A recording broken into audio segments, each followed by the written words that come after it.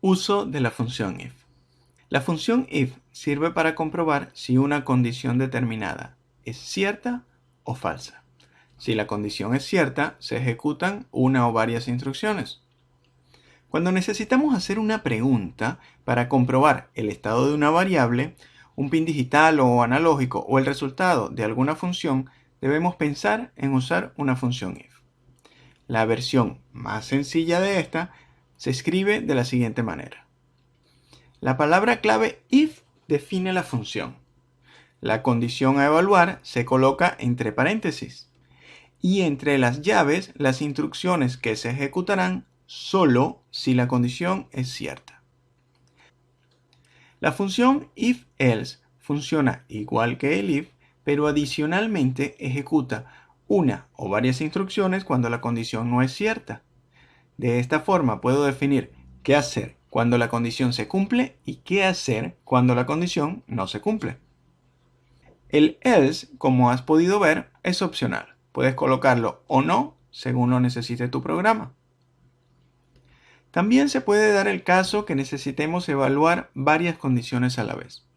Los bloques if se pueden entonces anidar usando la expresión else if, como vemos en el siguiente diagrama.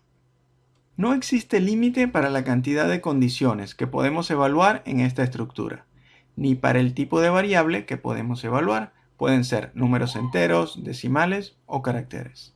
Ya vimos la sintaxis para escribir correctamente la función if. Ahora debemos armar correctamente la condición o condiciones que queremos comprobar. Para ello usaremos los operadores de comparación y los operadores lógicos. Comencemos con los de comparación. Los operadores de comparación son los siguientes. Cuando tenemos signo de exclamación igual, es diferente. Por ejemplo, si la variable 1 es diferente a la variable 2, entonces la condición se cumple. Tenemos el signo menor que. Por ejemplo, si la variable 1 es menor a la variable 2, entonces la condición se cumple. Menor o igual.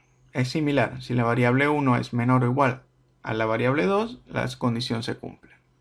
El igual lo representamos con un doble signo de igual. Por lo tanto, si queremos preguntar si la variable 1 es igual a la variable 2, lo hacemos como está escrito. El signo mayor que y el signo mayor o igual que funcionan de la misma manera. Además de los operadores de comparación, en las comparaciones también se pueden utilizar los operadores lógicos, usados para encadenar dos o más comprobaciones dentro de una condición. Los operadores lógicos que veremos a continuación son tres.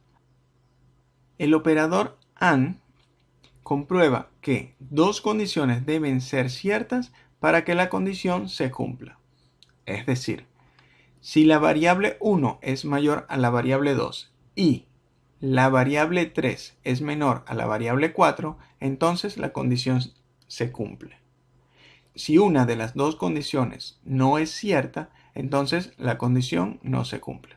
El operador lógico OR nos permite comprobar que al menos una de dos condiciones sea cierta para que la condición sea cierta.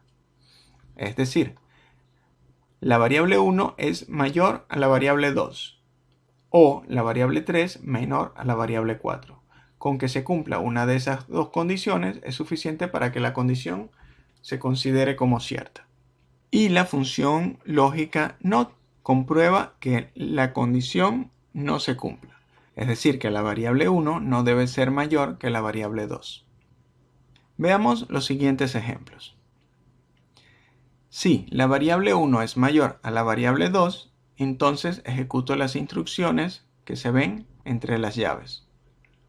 Ejemplo número 2. Si la variable 1 es menor a la variable 3 y la variable 1 es menor a la variable 4, entonces ejecuto las instrucciones. Este tipo de comprobación es muy útil cuando necesitamos que dos condiciones sean ciertas para que se ejecuten cierta cantidad de instrucciones. Ejemplo número 3. Si la variable 1 es menor a la variable 2 o la variable 1 es menor a la variable 5, entonces se ejecutan las instrucciones que se encuentran entre las llaves. Los 3 errores más comunes cuando usamos la función if son los siguientes. Olvidar alguna de las llaves o paréntesis de apertura o cierre.